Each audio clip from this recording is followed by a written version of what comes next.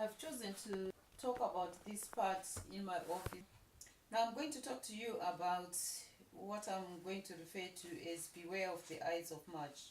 Now, 6 weeks after joining the Priory, I received a letter from Anne, the Lower Secure Unit Manager, asking me to complete 14 e-learning modules by Friday the 13th.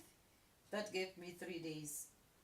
I felt that it was not a fair request, so I wrote back to her and explained that the task she had set was impossible, but I'll do my best to try to do as many as possible. I got another letter from Maher and Grandchildren, Medium Secure Unit Manager, asking me to do an audit on care plans and giving me a task and saying that that task needed to be done by Friday the 13th.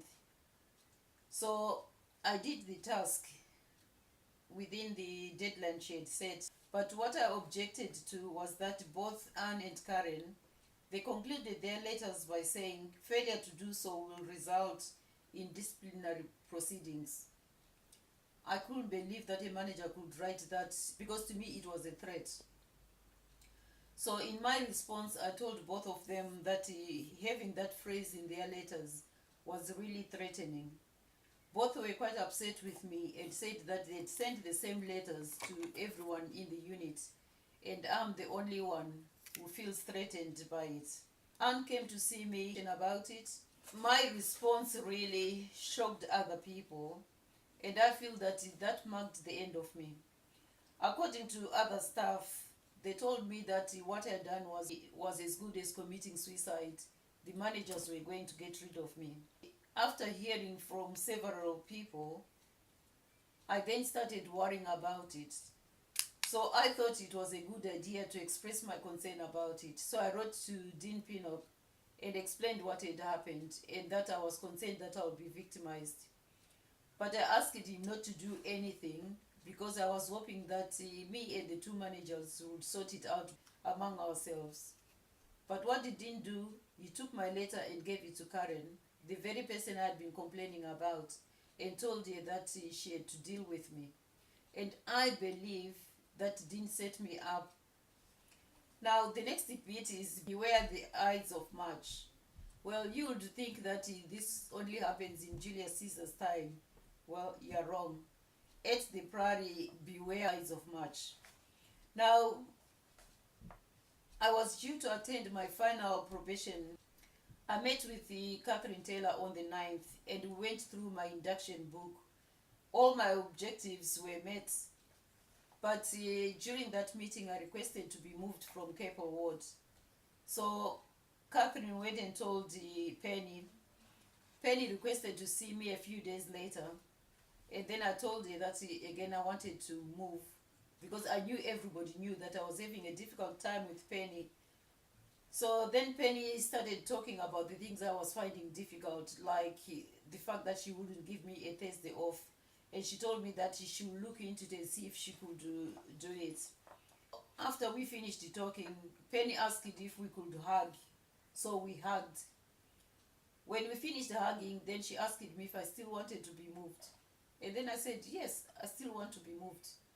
In that moment, Penny changed. She became again quite hostile. Now, on the 28th of March, that is a very important day, and I believe that the three of them, that's when they started cooking on the 28th of March. Now, Dashika wrote a letter to me postponing my probationary meeting, which was on the 4th of April, and she told me that unfortunately, due to the shift patterns, we have now had to reschedule this meeting to Wednesday, 18th of April. What shift patterns is she talking about? Because this date was already set. It was set on a day both of us were working. I didn't understand that. In the same letter, she advised me to bring a trade union official. And I was wondering, why would I need a trade union official to a probationary meeting? Especially after I'd already had a meeting with Catherine and there were no concerns raised. I understand that Karen Checha had sent an email to Penny She claimed that I was sitting ignoring my patient when a crisis was going on, which was a lie because I wasn't on the ward, and claiming that I was overwhelmed. No, I don't get overwhelmed. Now, on that same day, 28th of March, Penny wrote to me allocating me a new patient, and then a few days later, she allocated me another patient. The two patients I was allocated, their care plans were in an appalling state. Some had not been reviewed for more than 2 months. One wasn't reviewed since January, and we were now in April. These are care plans which were supposed to be reviewed every month. In one case, the next of kin had been deceased for a year, but was still recorded as his next of kin, which caused problems when we needed to contact the next of kin. Was it coincidence, I asked myself, that both patients I was allocated, their case notes were in such a state? Or did they deliberately choose people with care plans in that state?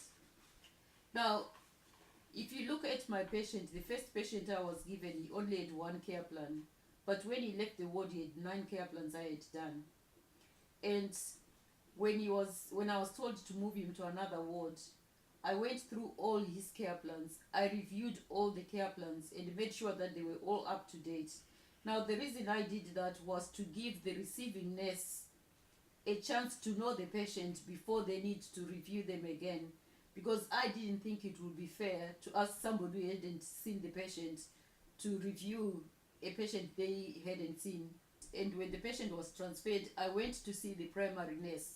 And I went through all the work we had done together and explained everything. And that is how I know you do hand over a patient.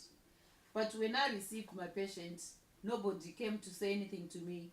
The care plans were not reviewed. So I was expected to review a patient I don't know, which I felt was unfair.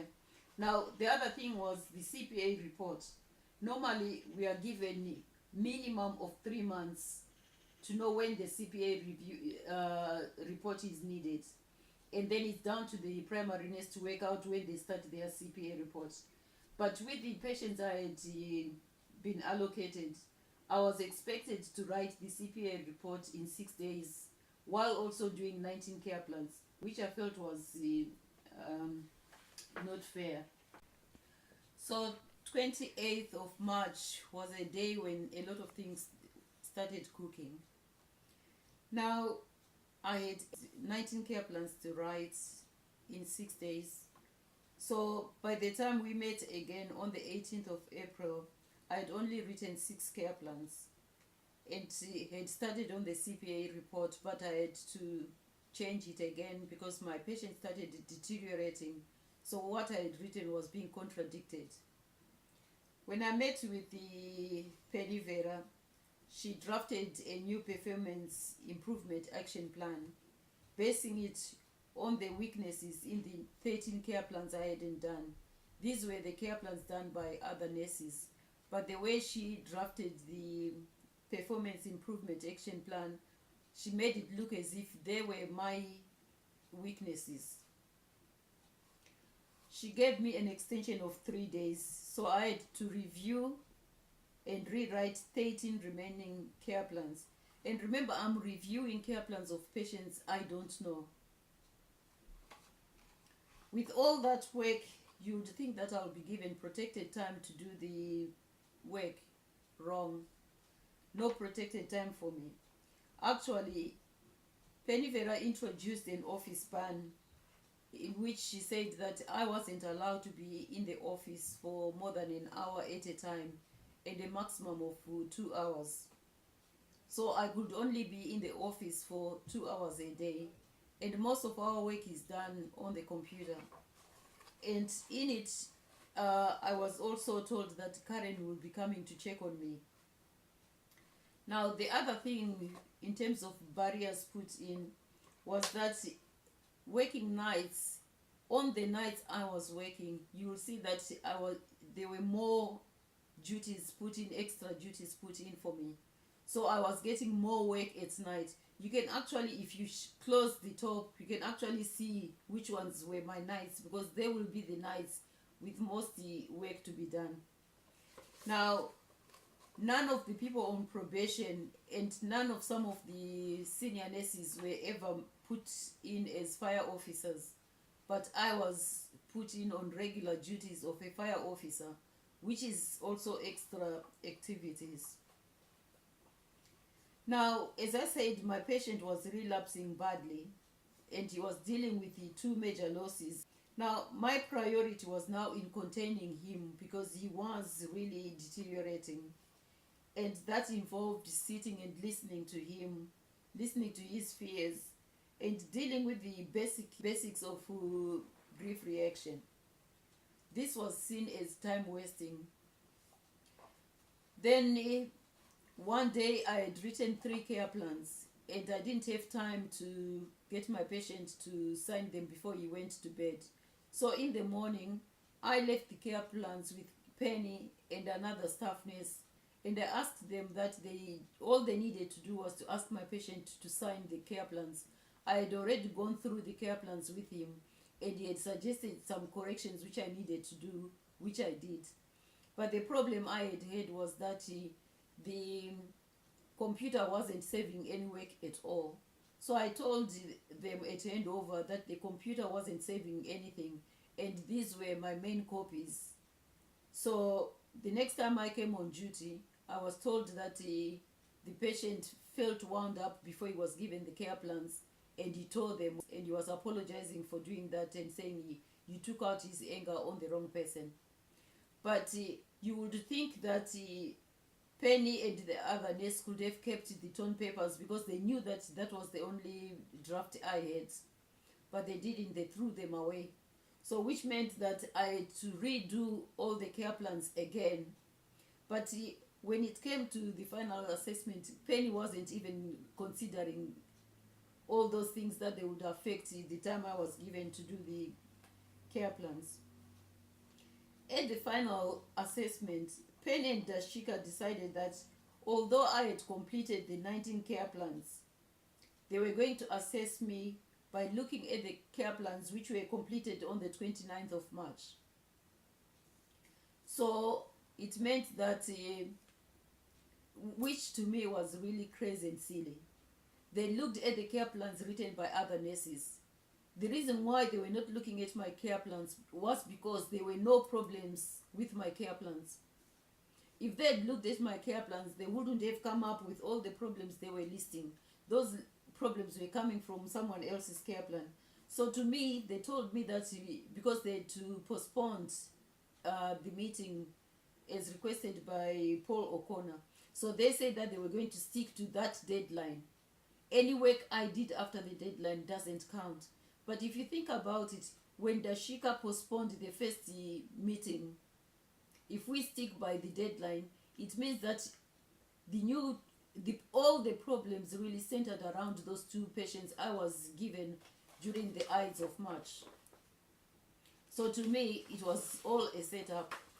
Now, during my probation, I wrote 9 care plans with my first patient, and they were of high standards.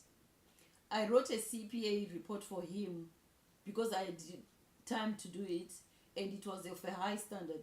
When I presented it in a conference which included people from Broadmoor and the other units, I was asked about my qualifications because it was said that my work was of a high standard and they couldn't believe that a nurse could produce such high standard work. But nothing was mentioned about that CPA report. Now, everything was centered around the last month there, and everything was centered around the 2 patients who were allocated to me. What happened 5 months, the first 5 months, was totally wiped out. Other people who were on probation same time as me, some of them wrote even less than 5 care plans, but they passed their probation. I wrote 19 care plans. It still failed. And the reason I failed was because other people's care plans were not up to standards. And that is unfair.